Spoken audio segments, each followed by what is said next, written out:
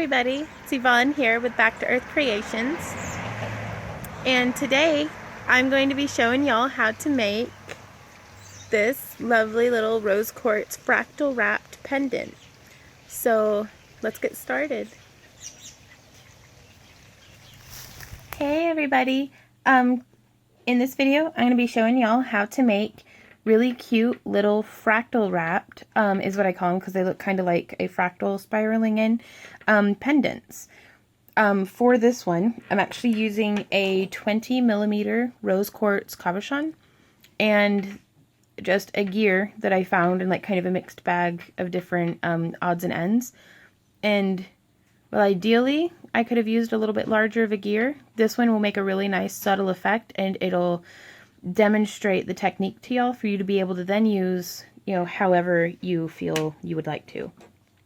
These both were done on the same kind of gear, gear charm, just with drilled 20mm beads. I went ahead and threaded through them just to make it a little bit more secure, but I'll show you how to do it with an unset stone as well.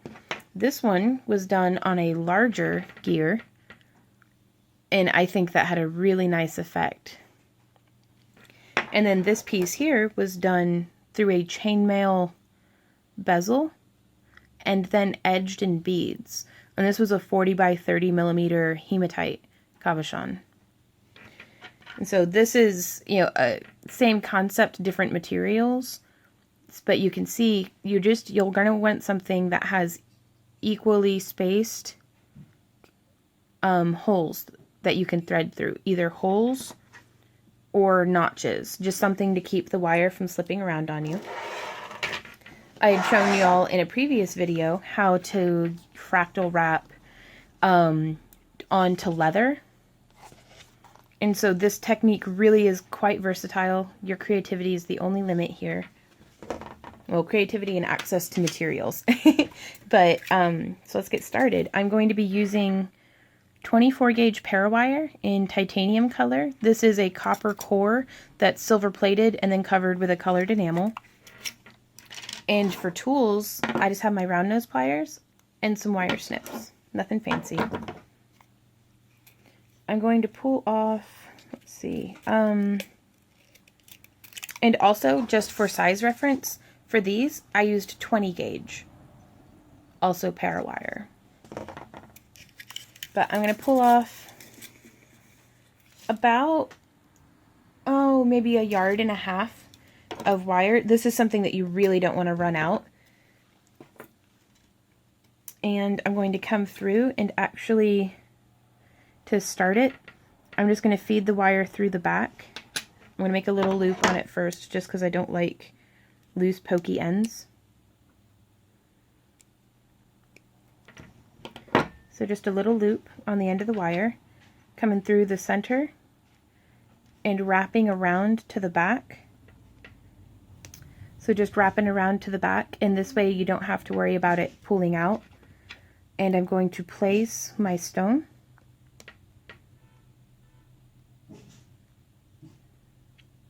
And I'm going to come around, not quite completely opposite to the other side, but please pardon the dogs, they're just freaking out, because we have neighbors, It's so hard being a dog. But you'll come around on, you don't want to do it too little, because then it won't have a secure hold on the edge, and you don't want to do it too much, because then it's not going to expose enough of the stone. So just coming around like maybe to like thirds, like if you were doing a peace sign. And you could go through every single notch. On this one, I'm actually going to do every other notch, because it's going to give me a wider spaced wrap. Again, use your own discretion, artistic discretion. So you can see it's coming a little off center. So to keep that from happening, I'm just going to try to press and push. And also, whenever I plan ahead a little better, sometimes I'll actually glue on the stone to the gear, just to make this part easier. And so you don't have to be so firm in this initial wrapping that it distorts everything and pushes it over to one side. But as you keep just it's very repetitive. The key to this one is repetition. You know, making sure to be consistent about skipping a tine or groove. Or a tooth. Yeah, gears have teeth. Okay. And just coming around, and you can see how that's starting to really form. So skip one, place in that one. And as it just repeats around, you can see, I mean, it's really holding the stone firmly now. I've done some that looked like little horseshoes because they were just like, you know, I only did like a partial wrap. And you'll be able to tell whenever you're coming back around to the beginning because this one already has a wire through it. And so placed in that one, skip that one, and there we go. And it makes just a really uniform, nicely spaced center. And now coming around on the back, you know, we have to actually secure this. So I'm going to feed the tail of my wire up through just wherever it'll fit. It's not real particular. So I'm just hooking underneath some of the wires over here, holding it very firmly on the front side with my fingers. Oops, shaking the camera. And that's grounding it a little bit, but I am going to come across the back too. And you can get really creative with this if you want like it to be very decorative.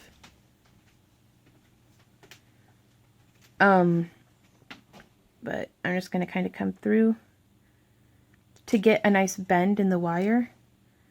Whenever I feed through, I just pull up and that gives me a nice little curve. So that comes in useful in a lot of different situations.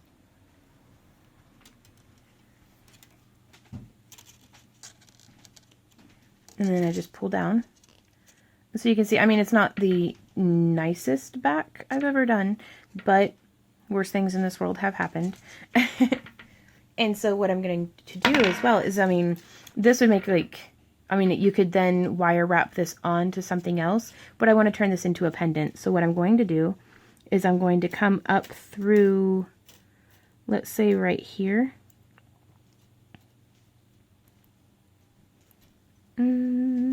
Or wherever I can fit it. I'm going to try to come up underneath one of the teeth of the gears.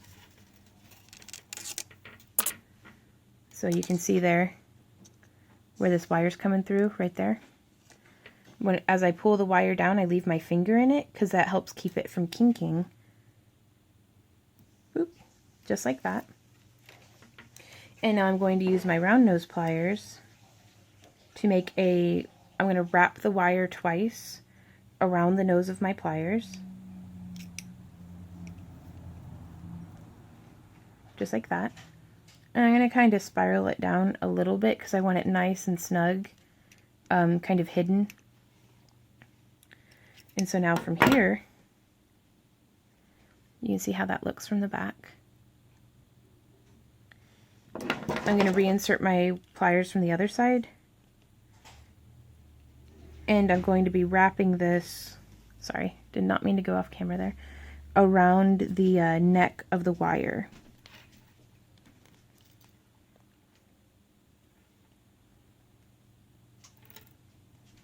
Yeah, so I actually have it bent off at a right angle like that. And I'm just going to keep wrapping this around like so.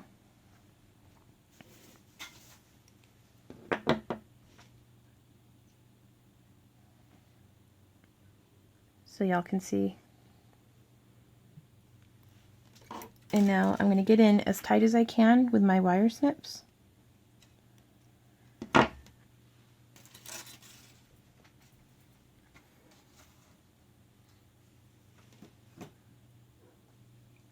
And just bend this up. And so you could have this oriented, if you wanted to make a matching pair and hang this as an earring. This gives you a nice secure loop, or you could just put a ring through it to make a bail, which I think that might be what I do. But yeah, so get that loop nice and closed so it's not snagging on your skin or clothing or hair. And also so it doesn't come apart. And there we have a very nice fractal wrapped, wire wrapped pendant. And also, I'm going to show a modification for if you like this, but you want a little bit more of the stone showing, you can actually take it and use your fingernails or a tool, if you'd rather, like just something rounded like a bead scoop or a knitting needle, and kind of just push and open up this wire working. I try to do it a little at a time to keep it uniform, that way it doesn't distort more one way than another.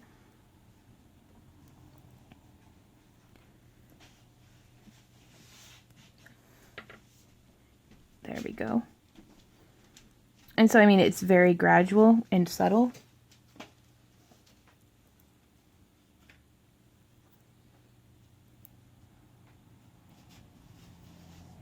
But there we go. It opened it up just that little bit more.